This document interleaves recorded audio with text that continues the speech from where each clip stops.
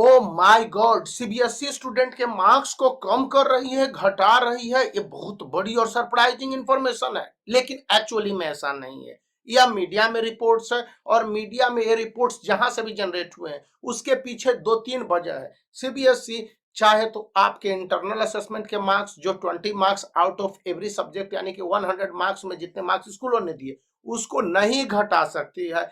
और जो practical project या एसपीडब्ल्यूज के जो पीसीएम, फिजिक्स केमिस्ट्री बायोलॉजी में 30-30 मार्क्स होते हैं ना, उसमें से जितने मार्क्स के रिकमेंडेशन किए, मैथ में 20 मार्क्स का ही रिकमेंडेशन है, और उसके बाद जैसे म्यूजिक में है, कंप्यूटर में 50 मार्क्स का रिकमेंडेशन है, फिर फाइन आर्ट्स, और उसके बाद पीएचई में जो मार्क्स के रिकमेंडेशन है, स्कूल ने जितने मार्क्स के रिकमेंडेशन किए, क्या सीबीएसई उस मार्क्स को कम कर सकती है या कम कर रही है?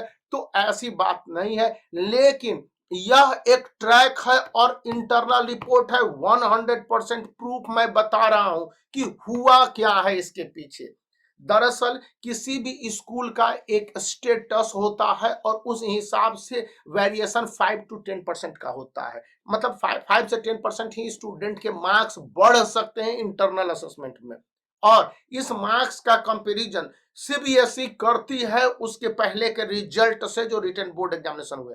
इसी कारण से याद कीजिए, 2021 वह ईयर था जब स्टूडेंट के एग्जामिनेशन बोर्ड नहीं हुए, लेकिन स्कूलों से कहा कि आप मार्क्स भेज दो अपने स्टूडेंट के, कितने मार्क्स आएंगे, और स्टूडेंट ने ब्लंडली स्कूलों ने स्टूडेंट के मार्क्स को ब्लंडर रूप से भेज दिया, सबको 98 97 कर दिया। लेकिन इसको सीबीएसई ने एक्सेप्ट नहीं किया था, कहा कि आपका ट्रैक रिकॉर्ड इतना है, इसका मतलब है कि आपके स्टूडेंट इसी एरिया में परफॉर्म कर सकते हैं। और आज 2023 में यही बात सीबीएसई कह रही है, कर रही है, और करवा भी रही है। स्कूलों को री असेसमेंट के लिए भेजा है कि उसके इंटरनल असेसमेंट के जो मार्क्स हैं उनमें आप अधिकतर स्टूडेंट के marks 30 out of 30 physics chemistry में और बायोलॉजी में जिनमें प्रैक्टिकल है वो दे दिए हैं, या फिर मैथमेटिक्स में 20 आउट ऑफ 20 दे दिए हैं। और रिटन बोर्ड एग्जामिनेशन के जो रिजल्ट आ रहे हैं उनमें आउट ऑफ 80 कितने मार्क्स आ रहे हैं।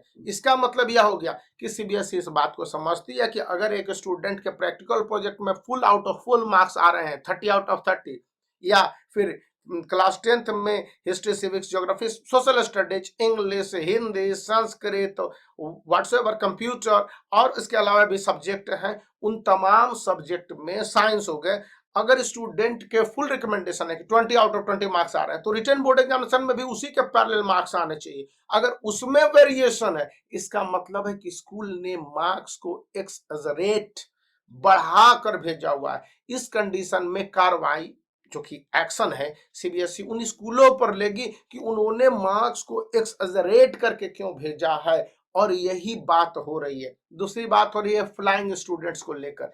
कोटा पूरा सेंटर है जहां पर स्टूडेंट फ्लाइंग ही फ्लाइंग है, और यह कमोबेश पूरे नॉर्थ इंडिया में चलता है, जहां पर कि स्कूल रेगुलर स्टूडेंट कम और इरेगुलर स्टूडेंट ज्यादा है। मतलब इरेगुलर स्टूडेंट मतलब फ्लाइंग स्टूडेंट। तो उन पर भी, उनके भी नकेल को कसने के लिए जो रिपोर्ट्स मिले हैं उस मुताबिक वहां पर एक्शन ले रही है कि किस तरह से क्या करने हैं। अब यहाँ पर तीन बातें सामने आ रही है। एक्चुअली में यही सब हो रहा है क्योंकि सीबीएसई की कॉपी चेकिंग के दौरान, अब तो मैं रिलीव हो चुका हूं, हमारे कॉपी की चेकिंग हो चुकी है, लेकिन एग्जामिनेशन सेंटरों पर यहाँ पर की कॉपी की चेकिंग हो रही है, ये डिस्कशन का मुद्दा था।